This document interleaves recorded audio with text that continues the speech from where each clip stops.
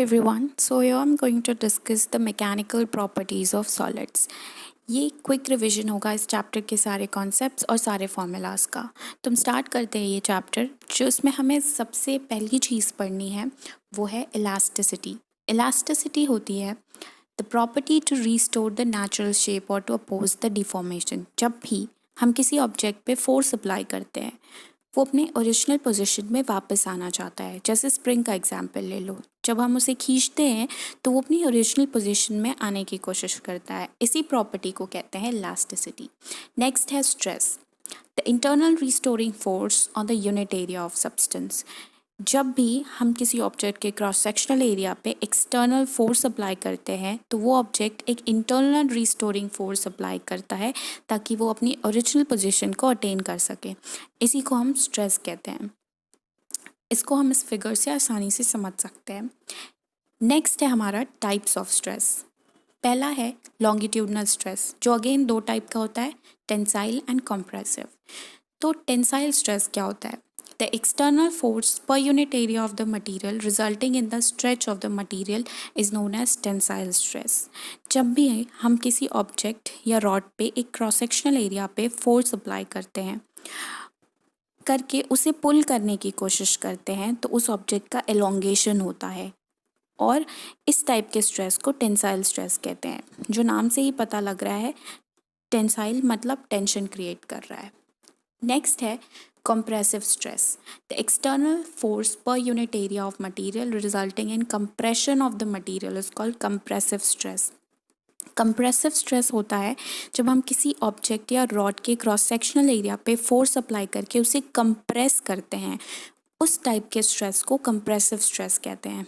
जैसे इस फिगर में है, इसका एरिया A0 दे रखा है और इस पे हमने फोर्स अप्लाई करके इसको कंप्रेस करा। अब ये हुआ कंप्रेसिव स्ट्रेस। अब एक क्वेश्चन सॉल्व कर लेते हैं हम। A load of 4 kg is suspended from a ceiling through a steel wire of radius 2 mm. Find the tensile stress developed in the wire when equilibrium is achieved. Sigma tensile stress का formula होता है force per unit area. So force by area, ठीक है। इसमें हम force निकाल सकते हैं क्योंकि हमें मास दे रखा है 4 kg और एक्सेलरेशन दे रखा है g इक्वल्स टू 3.15 मीटर पर सेकेंड स्क्वायर, ठीक है। ये करके मास इंटू एक्सेलरेशन करके फोर्स आ जाएगा हमारा और क्रॉस सेक्शनल एरिया होगा पाई आर स्क्वायर, एरिया का फॉर्मूला। और आर हमें 2 mm दे रखा है तो 2 mm को जब हम मीटर में कन्वर्ट करेंगे तो वो 2 इंटू 10⁻³ मीटर स्क्वायर हो जाएगा, ठीक है। अब हम इसको निकाल लेंगे इसका area and then sigma equals to force upon area करके हम सिग्मा की वैल्यू मतलब टेंसाइल स्ट्रेस निकाल सकते हैं, जो कि आया हुआ है 3.1 इंटू 10⁻⁶ न्यूटन पर मीटर स्क्वायर। ओके, ये क्वेश्चन हो गया, ये HCV का क्वेश्चन था। Now next is shear or tangential stress, the force that causes layer of parts to slide upon each other. Okay, इसको हम इस फिगर से समझ सकते हैं। जब हमने इसके ऊपर वाले एरिया पे फोर्स अप्लाई किया तो इसका ऊपर वाला एरिया ही सिर्फ स्लाइड किया लेकिन नीचे वाला एरिया चिपका रहा। तो इस टाइप के स्ट्रेस को हम shear स्ट्रेस कहते हैं और इसका फॉर्मूला भी होता है फोर्स अपॉन एरिया। जैसे एक एग्जाम्पल बुक का है, जब हम बुक के ऊपर वाले सरफेस पे फोर्स अप्लाई करते हैं तो बुक के कुछ पेजेस ही स्लाइड करते हैं। ओके, और ये एग्जाम्पल हमारा NCERT में दिया हुआ है। नेक्स्ट टाइप का जो स्ट्रेस है वो है वॉल्यूम स्ट्रेस। तो वॉल्यूम स्ट्रेस होता है when the force is acting on a body from all sides. इसको भी हम इस फिगर से समझ सकते हैं। जब भी हम किसी ऑब्जेक्ट पे हर साइड से फोर्स, हम कोई भी ऑब्जेक्ट है उस पर हर साइड से फोर्स अप्लाई होता है। जैसे इस फिगर में इसके हर एक क्रॉस सेक्शनल एरिया पे फोर्स लग रहा है जिसकी वजह से इसका वॉल्यूम डिक्रीज होगा और इसे हम वॉल्यूम स्ट्रेस कहेंगे। जब हम किसी ऑब्जेक्ट को लिक्विड में इमर्स करते हैं तो लिक्विड उस पर हर साइड से फोर्स एक्सर्ट करता है, या इसे प्रेशर भी हम बोल सकते हैं क्योंकि लिक्विड के केस में फोर्स पर यूनिट एरिया जो होता है वो होता है प्रेशर। तो volumetric stress I hope clear हो गया होगा। नेक्स्ट चीज़ जो हमें पढ़नी है वो है strain. Strain is the change in length over original length or it's a measure of material deformation in response to applied stress. Simple भाषा में अगर हम स्ट्रेन को समझाना चाहे, जब आपने स्ट्रेस किसी ऑब्जेक्ट पे लगाया, मतलब उस पे उसके क्रॉस सेक्शनल एरिया पे आपने फोर्स अप्लाई किया, तो उस स्ट्रेस से उसमें जितना डिफॉर्मेशन होगा उसी को हम स्ट्रेन कहते हैं. Very simple. ओके, अब आ गया हमारा next, types of strain. Types of मतलब स्ट्रेन के भी बहुत सारे टाइप्स होते हैं. तो स्ट्रेन के टाइप्स कितने होते हैं? पहला होता है लॉन्गिट्यूडनल स्ट्रेन. तो इसको हम फिगर से ही समझेंगे.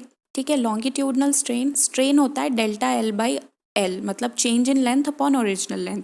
तो चेंज इन लेंथ यहाँ पे डेल्टा एल दे रखा है और ओरिजिनल लेंथ इसकी एल है, तो स्ट्रेन हो जाएगा delta L by L. Okay, now the next type of strain is shear strain.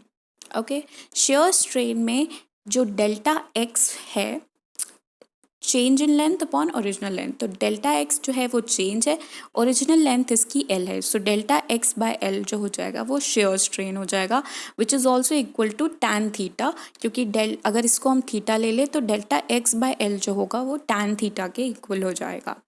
Okay, now next type of strain is volume strain. Volume strain भी same delta V upon V होता है. ठीक है, change in volume upon उसका original volume जो था, उससे हम वॉल्यूम स्ट्रेन निकाल सकते हैं. इस फिगर से ये इजीली समझा जा सकता है. Now Hooke's law. Hooke's law क्या होता है? हुक्स लॉ कहता है कि स्ट्रेस जो है वो डायरेक्टली प्रोपोर्शनल होता है स्ट्रेन के. मतलब स्ट्रेन इंक्रीज होगा अगर हम उस पर स्ट्रेस बढ़ा देंगे, तो जब हम उस पर स्ट्रेस बढ़ा देंगे तो स्ट्रेन भी उतना ज़्यादा होगा. ठीक है, स्ट्रेस स्ट्रेन के डायरेक्टली प्रोपोर्शनल है हुक्स लॉ से, और stress equals E into strain. जब हम प्रोपोर्शनैलिटी की साइन हटाएंगे तो वहाँ उसकी जगह पे कांस्टेंट आ जाएगा जो कि ई है. So E equals stress upon strain, और इसी कांस्टेंट को हम कहते हैं मॉड्यूलस ऑफ इलास्टिसिटी. अब नेक्स्ट है मॉड्यूलस ऑफ इलास्टिसिटी. जो होता है उसके कितने टाइप्स है? Young's modulus, shear modulus and bulk modulus. तो पहला है यंग्स मॉड्यूलस. तो longitudinal stress upon longitudinal strain को हम यंग्स मॉड्यूलस कहते हैं. ठीक है, Young's modulus longitudinal stress F by A, longitudinal strain जो होता है डेल्टा एल बाई एल रख देंगे, हमें यंग्स मॉड्यूलस की वैल्यू मिल जाएगी. Okay, so it's very easy. Now next is share modulus, या इसको मॉड्यूलस ऑफ रिजिडिटी भी कहते हैं, जिसको जी से डिनोट करते हैं, और ये हो गया shear stress upon shear strain. Shear stress होता है एफ बाई ए और शेयर स्ट्रेन होता है डेल्टा एक्स बाई एल रख देंगे और हमें शेयर मॉड्यूलस की वैल्यू आ जाएगी. और क्योंकि डेल्टा एक्स बाई एल को टैन थीटा भी कहते हैं, so F by A tan theta. Bulk modulus is volume stress upon volume strain. So volume stress is F by A and volume stress is delta V by V. So bulk modulus की value यहाँ से आ जाएगी, और क्योंकि F by ए को P भी लिख सकते हैं, so minus P into V upon delta V. Minus इसलिए क्योंकि इस केस में वॉल्यूम डिक्रीज हो रहा है, इसलिए हम यहाँ पे नेगेटिव साइन लगाएंगे. नेक्स्ट है हमारा stress strain curve. Stress strain curve को हम ऐसे समझ सकते हैं, हम हुक्स लॉ से इसको समझ सकते हैं. हुक्स लॉ कहता है stress is directly proportional to strain. तो यहाँ पे ओ से ए तक स्ट्रेस स्ट्रेन के डायरेक्टली प्रोपोर्शनल है, मतलब इस पॉइंट तक आप जितना स्ट्रेस बढ़ाओगे उतना स्ट्रेन होगा उस ऑब्जेक्ट में या डिफॉर्मिटी होगी. इसलिए ए पॉइंट को प्रोपोर्शनैलिटी लिमिट कहते हैं.